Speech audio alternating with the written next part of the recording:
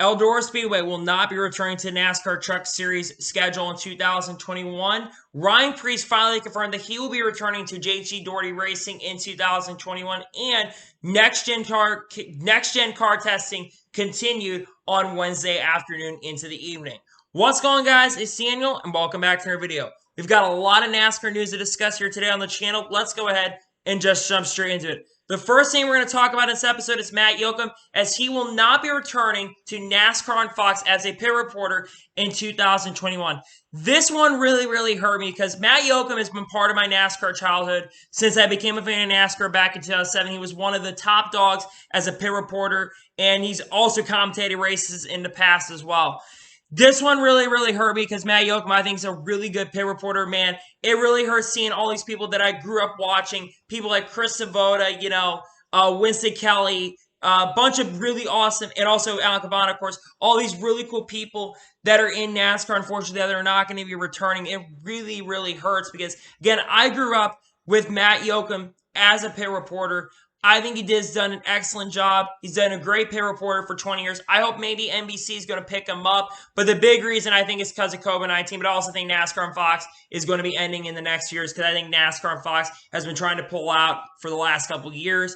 And I don't think in the near future NASCAR on Fox is going to continue. Meanwhile, we're going to have really bad people like Michael Waltrip and Vince Walsh still in NASCAR on Fox. Really makes no sense to me. But at least Jamie Little's going to be a broadcaster for ARCA. That's a positive note, but yeah, it really sucks Matt Yoakum's not going to be returning next year. And on another sad note, Natalie Decker has unfortunately tested positive for COVID-19. Wish her the best of luck. Hope she gets better really soon. COVID-19 is a very serious disease. You should probably take it seriously, in my honest opinion. Hope she does get better and hope she has a speedy recovery here in the near future. On the next story, we're going to be talking about Mike Harmon Racing as they plan on running 2 Xfinity Series cars in 2021. The planned drivers are going to be Bailey Currey and Kyle Weatherman. Those two have been confirmed to return to the team in 2020, and they are planning on, Mike Harmon is planning on bringing Joe Nemechek and Greg Alling back for some races in 2021, kind of similar to what they did in 2020.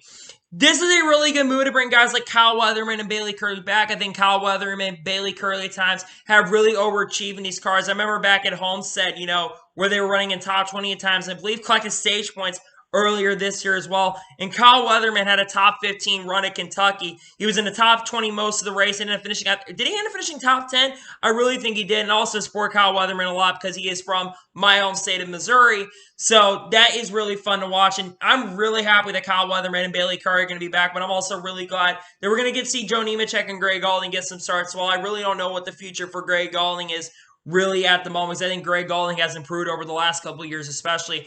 I hope Greg Alling gets a good opportunity at a full-time team in the near future, but it is cool that he will get to drive for Mike Harmon Racing. I think they got better as the year went on, and hopefully in the near foreseeable future, we will get to see that team become a better organization in the 2021 NASCAR Xfinity Series season.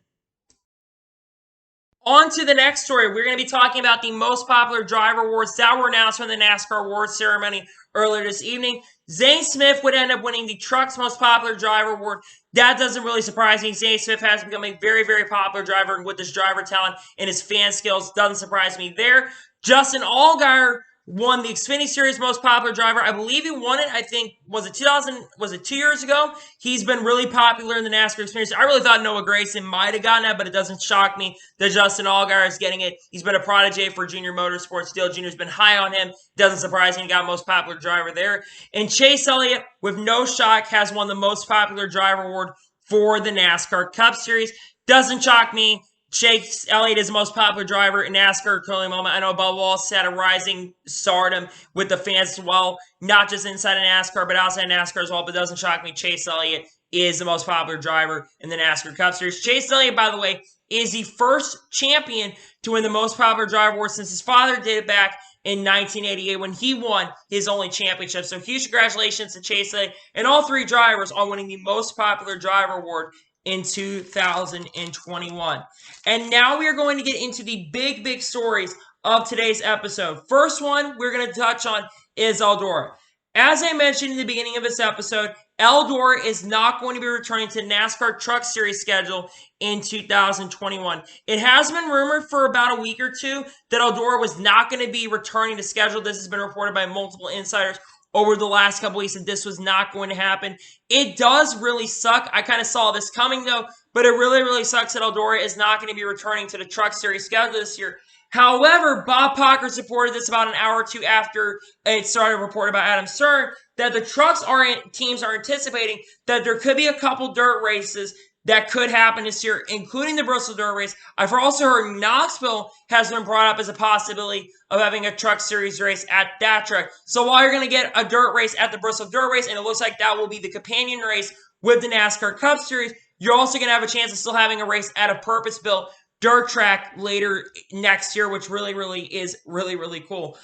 But talking about this really sucks. I felt like this event was becoming a major crown jewel event. There are so many memorable moments that have really happened at Eldora Motor Speedway. You know, in 2013, when all these teams helped Norm Benning after he got in, not only that, drivers like Brendan Gaughan and Ty Dillon cheered him on, and Tony Stewart, and like I said, multiple owners coming out to help Norm Benning after he got in. It was a very memorable moment, and a lot of fans were really happy because, again, he's a driver owner and has had to work really hard and has really had nothing. And the fact that a lot of people came to help him, especially in this only race, and tons of pit road reporters and all that stuff were really coming to help him. That was really cool. You know, there's been so many memorable moments at Eldora Motor Speedway. I know the last couple years the event has been kind of waning off, but it used to have had sellout crowds. Now, there was a rumor going around that the XRX going to Eldora was the big reason, but I think a lot of it is the fact that they are bringing a lot of stuff in-house because of COVID-19. They don't want to travel as much.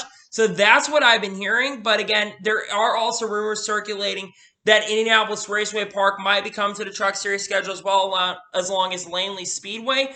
I really don't know what's going to happen with the Truck Series schedule in 2021. Apparently, they are supposed to be announcing that probably before Thanksgiving. So within a week from today, they're expected to announce what the plans are for the NASCAR Truck Series schedule. I've heard some exciting things in the works. Like I said, IRP's been in the possible running, but man, the fact that Eldora, which has become the big crown jewel event for the NASCAR Truck Series, Cup guys, you know, dirt guys coming out to that. It's like dirt ring instead of road course ringers. You had dirt ringers come out to that.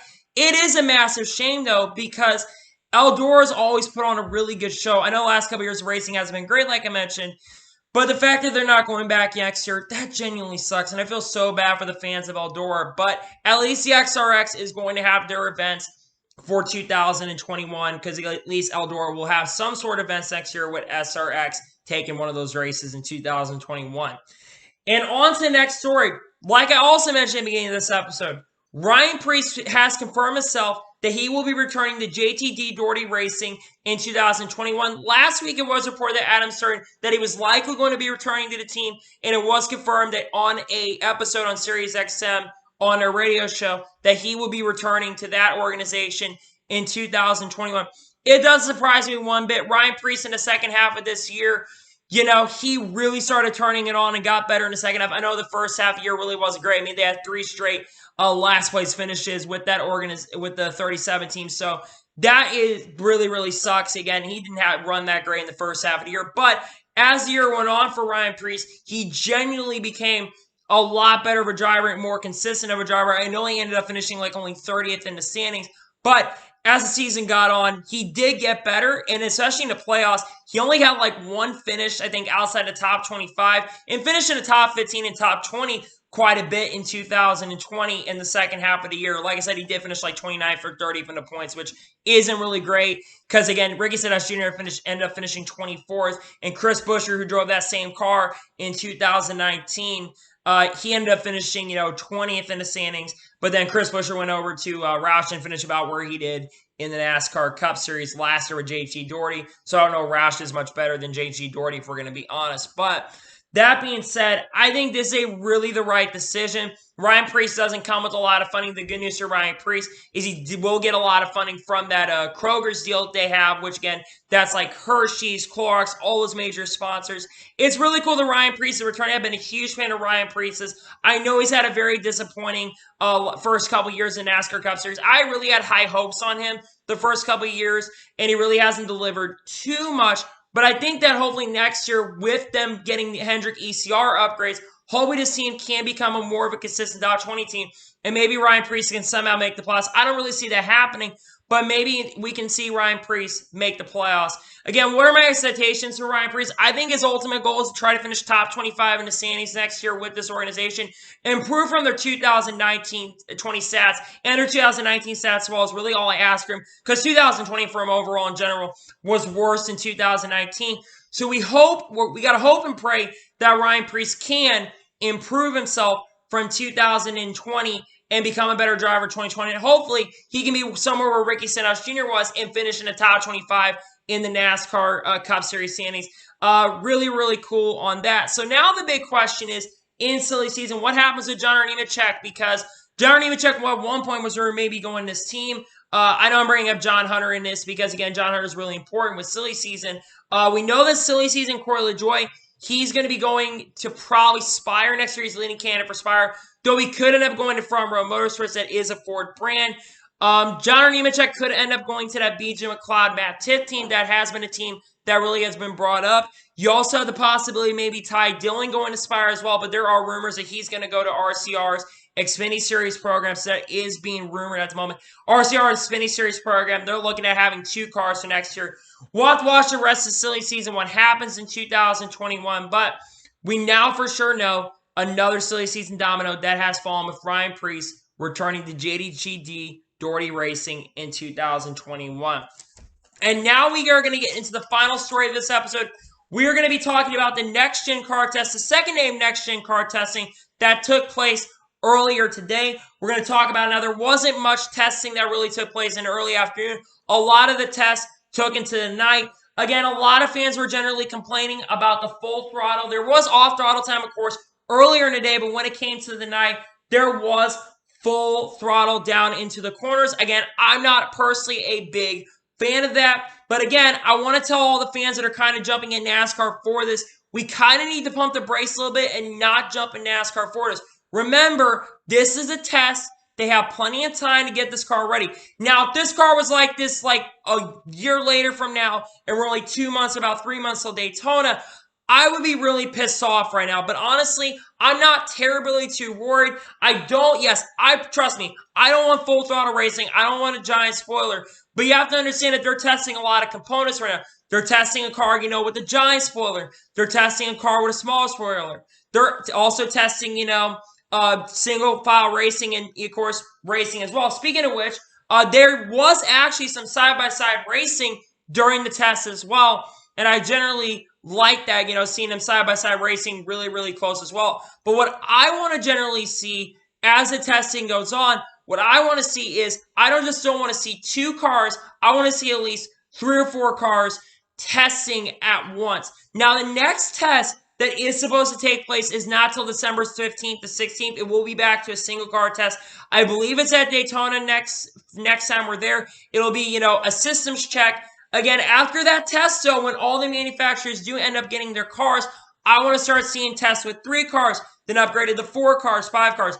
I want to start seeing a lot more cars testing with the next-gen car so we can see what it is like with a bigger pack, not just a 2-car pack. That being said, on the other hand, the drivers generally have not been major fans of the oval package as much as the road course package. I mean, they like it in a sense, but they don't 100% like it as well. Mark Jr. basically, I jokingly said, it races like a race car, so that's really exciting to see. Again, I'm not jumping in NASCAR right now. We have to kind of pump the brakes. I've liked some of the things I've seen. I've not liked seeing the things I've seen. That being said, we've got a year to tweak this car. Let's not jump in NASCAR for this and give NASCAR the time they need to try to perfect this car. But next time they test after December 15th to 16th test, we need to start seeing more than 2 cars even on a track. We need to start seeing 3 cars and 4 cars on the racetrack at the same time. That's really what I'm wanting to see with the NASCAR next-gen car, because I've already mentioned this in yesterday's episode as well, talking about the next-gen car. If this next-gen car does not do well, because I think this next-gen car is the most important car in NASCAR history. If this car fails, NASCAR will be set back from everything. All the good things in NASCAR is done, trying to gain new fans, sponsorships coming in, bringing guys like Michael Jordan in the sport and all these new teams. will all be for nothing if this next-gen car does not succeed. The next 2 decades of this sport are really in the hands of the next-gen car. I'm not saying 2021, I'm saying 2022 because they're supposed to release the next-gen car at Daytona for the Daytona 500 for 2022. So, again, we have 1 more year to the car, so they got plenty of time to work on the car. But that being said, they need to make sure that this car is exactly picture perfect for the next time we race this car. So, anyway, that is going to be it for today's NASCAR news video. I want to thank you guys for watching. Please like and subscribe to the channel, notifications so you be notified when a video does go live on my channel.